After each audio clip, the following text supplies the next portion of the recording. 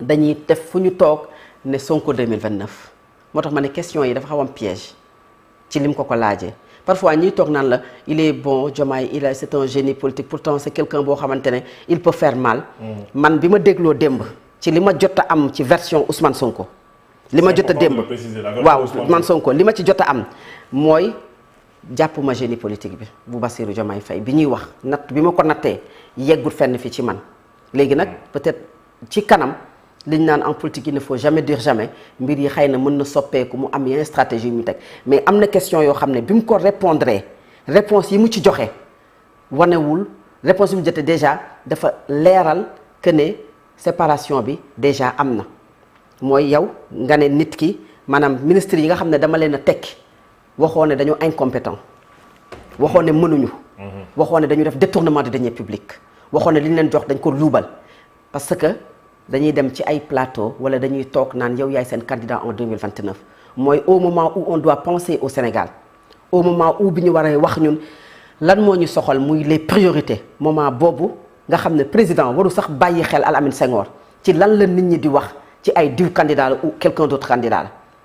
moment boobu li mu war a xool mooy ministre de la famille est-ce que aujourd'hui li mu jiitee famille enfance ndax jaar na yoon ministère bi nga xamante ne aujourd'hui moom la ñu dénk culture ndax ñi nga xam ne ñoom ñoo nekk ci culture ni mu leen jiitee baax na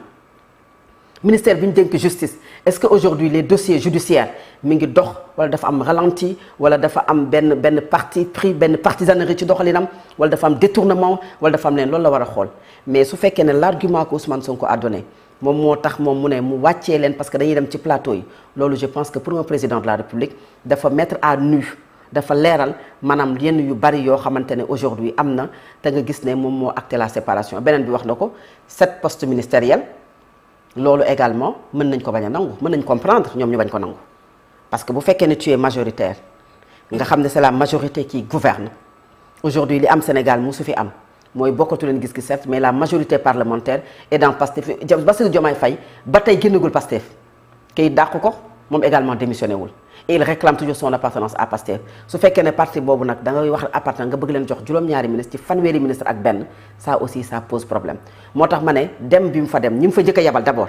ñi mu fa njëkk a yabal c'est pour mettre à nu certaines choses pour que ñooñu également nekk au fait parce que boo jiitee pencum ndaw réew bu Sénégal am ndombal tànk ñeneen ñi war a am ndombal tànk ñu ne dañ leen di consulter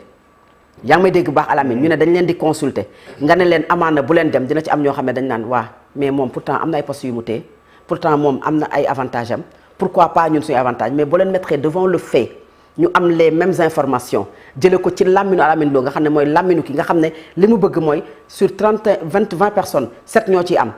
bu dee am na gellu war guy dox ci yow tu vas te dire mais moi je vais pas accepter un poste boo xam te ne tey Maïmouna Dièye était capable ñu reconduire ko te kenn reconduire ko jaanuñu ci instance su parti bi bëgguñu wax ak diw pourquoi ñu bëgg ñu jox li pour man stratégie boo xam ne teg na ko et il a réussi celui qui n'a pas peut-être su décrypter le message depuis très longtemps actes yi nga xam ne moom mi ngi koy def mooy ki mu jàkkaarloo loon moom mooy Bassirou Diomaye Faye donc cette rencontre ces réunions ces questions yi nga xam ne dem bi mu fa dem c'était pour avoir des arguments solides yoo xamante ne moom dina ko teg ba nga xamante ne dina mën a wax waa partem ne chaque fois que Bassirou Diomaye Faye bëgg a def benn acte xëy na dina ko meubler dina ko rafetal pour que mu bañ a fës de trop mais au fond moom bëggul ànd ak Pastef yëpp au fond bëggatul ànd ak Ousmane Sonko et au fond il veut pas passer ci li nga xam ne moom mooy les instances du parti bi nga xamante ne aujourd'hui mooy les instances dédiées ba moo indi aujourd'hui li am. Sonko mooy Diomaye Diomaye mooy Sonko loolu la ñu waxoon tey jii jamono ji daanaka ku nekk mooy boppam Sonko mooy Sonko Diomaye mooy Diomaye ndax Ousmane Sonko dem na démb Fatou Abdou wax ne il semble que c'est moi le problème dem na ba ne Bassirou Diomaye dafa mel ne bëggatul toog ak man est-ce que aujourd'hui xaaroon nañu ñoom ñaan yegg ci biir parlant d'ailleurs d'un complot pour qui et un complot avec qui. waaw xaaroon nañu ko moom xëy na ñi nga xamante ne du ñu am lecture politique am na sax ñu ko am mais Sénégal comme dëkku maslaa la dëkku rafetal la parfois nit ñi du ñu bëgg a gëm yenn lu naqari dañuy gis lu naqari mais tout le temps dañuy bëgg a différer les problèmes maanaam jël mbir yi sànni ko feneen mais ça tout le monde voyait venir xam nga nit ñi lan moo doon seen problème mooy ban temps lañu le timing. et je pense que ne le vendredi bi ko Bassirou Diomaye Faye di décider c'était pas jour boobu mais il avait prévu de le faire Alamine Senghor. Le 2 avril bi Bassirou Diomaye Faye ñëwee foofu nga xam ne moom mooy conférence de presse ak sunu ay naataango taskatu xabaar la mu fa wax foofu ngay xamee ne la décision a été prise. Il est parti en Nairobi waxtaan gis Macron jóge fa am ay affaires yu am da ngay xam ne les événements am des consultations yu précédé lii am des consultations les questions d'actualité warul woon am ci date bi ñu ko prévoir. beneen date lañ ko waroon jàpp. ñu randal ko loolu stratégie également ku ci nekk yaa ngi doon teg say stratégie Ousmane Sonko a tenu ses propos yi mu wax foofu noonu tout en sachant que su ko waxee xalaat na ne lii moo ko ci fekk man la chacun pousse l'autre à la faute. mënatul woon continuer le compagnonnage était difficile xam nga fii dañoo débat ñun dañ doon wax ne naan conseil des ministres dañ koy daax 15 jours pour 15 jours ñu di ko débat am ñu naan non loolu moo efficace vous voyez le mal partout c'est parce que à un moment da ngay sentir ne pour gisante sax jeune la woon ñii dem conseil des ministres di toog autour de la table ñenn ñi ay grâce ñoo fi génnoon benn jour naan l'ambiance est vraiment très bonne dañoo reetaan foo gis kuy justifier naan ambiance bi neex na ñi ngi doon foo ñi ngi doon reetaan loolu am na c'est parce que loolu amul lu am te naturel kenn du ko justifier parce que dem nañu ba le climat était délétère situation bi maanaam ñoom ñaar pour ñu toog da ngay sentir que ne dinañ toog masla wax na ko démb dinañ waxtaan nii mais table boo xamante ne yaa ngi fa ak ay nit yoo xamante ne Alamine Senghor daanaka yow bokku leen gis-gis sur le plan politique bokku leen doxalin et souvent ñoom ñooy def ay sorties pour attaquer la ku ñeme dañ laa dee te ki leen dee moom nga jàkkaar lool tout le temps loolu du mën a yomb loolu nga doon gis ne le clash était inévitable maintenant ku ci nekk pousser l'autre à la faute il a fait une sortie dem na pencum ndaw réew bu Sénégal wax na si saa si Bassirou Diomaye Faye a pris la décision maintenant le scénario de l'Assemblée nationale peut-être que président xaaru ko woon une démission de El Hadji Malick Ndiaye aussi rapidement précipitamment l'installation d'Ousmane Sonko loolu dafay changer la donne boobu moom moo taxoon à un moment bi muy former le gouvernement il faut mu jéem a grignoter ci Pastef parce que comme Sénégal dañu bëgg décret bëgg ay poste bëgg ay privilèges bëgg avantage nekk ci derrière ce pouvoir xëy na jàppoon na ne am na ci ñoo xam ne su leen woowee dinañu lâcher Ousmane Sonko dem maintenant le parti a été plus fort que ça oui mais mënul ñàkk et même dans certaines directions di nga gis ne am na ci ñoo xamante ne dañuy rester wala dañuy jéem a def clin d'œil pour rester ci seen ay postes yi nga xam ne mooy directionnel il a réussi juste un tout petit peu su fekkee ne sur 20 ministres tu n'as grignoté que 3 ministres 2 pour l'instant oui. Sur 130 députés tu n'as grignoté que 2 députés loolu le pourcentage est très minime moo tax ma ne peut-être que li mu mën a affaiblir tey Pastef demeewul noonu dayoo boobu amul taxul ñuy wax. et si ça continue. waaw si ça continue ça peut affaiblir le Pastef si ça continue ak ci ñan lay doon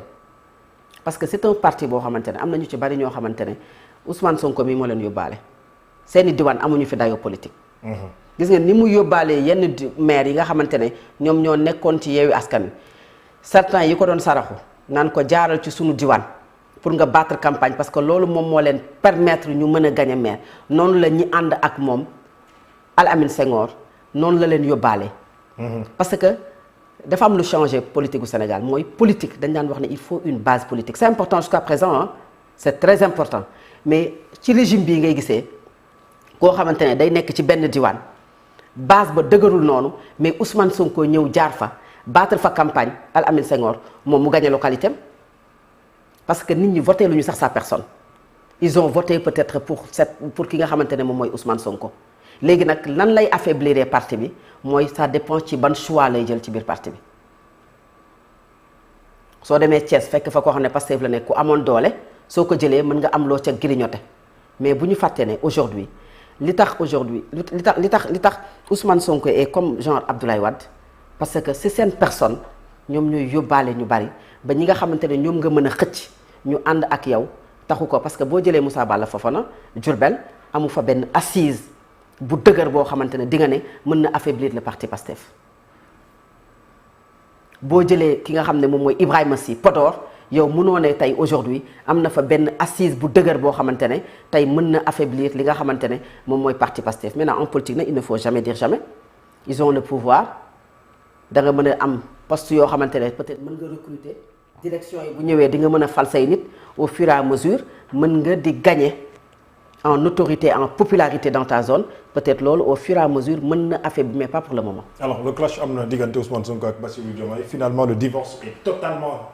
consommé gannaaw bi nga xamante ne Ousmane Sonko leeral na ci ay ponk yu bëri ni ki démb c'est quoi la suite. par rapport au conseil constitutionnel wala. surtout politique entre Ousmane Sonko et Bassirou Diomaye Diakhar Faye entre Diomaye et la coalition Diomaye et Pastef et justement. pour man ils vont pas se faire de cadeau. c'est-à-dire. ils vont pas se faire de cadeau Ousmane Sonko ci waxam à la fois mu seddal à la fois mu dànkaafu mu seddal pour la stabilité du pays parce que moom war na xam et Bassirou Diomaye Faye war na xam ne ce pays bi nga xam ne mooy Sénégal dañoo soxla bu baax a baax stabilité ak dal te gis nga moom dafa am responsabilité Alamine Senghor moom dafa am responsabilité ci li nga xamante ne parce que Bassirou Diomaye Faye il a été désigné xam nga désignation sax du temps des prophètes lañ ko daan gis mais quand je dis désigné mooy ci seen parti ñoo waxtaan moom mu ne Sénégalais yi man kii laa désigné pour ngeen topp ko Sénégalais yi dem élection parce que fii nag république la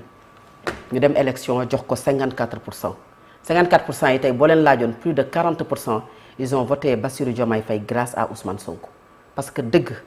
ñaari dëgg amul benn dëgg rek moo am. te ku waxul dëgg wax safaan la. ils ont voté pour Bassirou Diomaye Faye grâce à Ousmane Sonko donc fi mu toll nii li mu yoree réew maanaam tey sénégalais bu leen neexoon lu Bassirou Diomaye Faye def ñu ne ko ah yaa ñu ko joxoñoon. parce que am na ay localités yoo xam ne ay maire yoo xamante ni fa nekk am na ay nit yu lay wax ne mais Ousmane Sonko pourquoi mu choisiroon diw def ko maire est-ce que moom mën a def choix parce que ku mu tànn. en général bu ñu demee ba ci fin ba man Alamine soit du yor diwaan ba yor bu baax wala soit ba tey ji tey bu ñu amoon ay rëq-rëq rek les gens vont se poser des questions mais ki nga tànnoon même si tàqalikoo ngeen pourquoi nga defoon choix ci moom les gens peuvent se poser cette question moo tax ma ne c'est la responsabilité du chef de l'État moom c'est en premier mais également sa responsabilité pour la stabilité du pays et man jàpp naa ne conscient de ça Alamine moo tax souvent il revient sur ça. Son discours a beaucoup changé et c'est normal parce que li tax mu changé c'est normal mooy ils sont frères de parti. dafa am ay relations humaines yoo xamante ne xoola ñii politique ñu bëgg ko ñun ñii di analyser bëgg ko wala ñu bañ ko bëgg moom mooy dafa am turandoo même ak lu mënti xew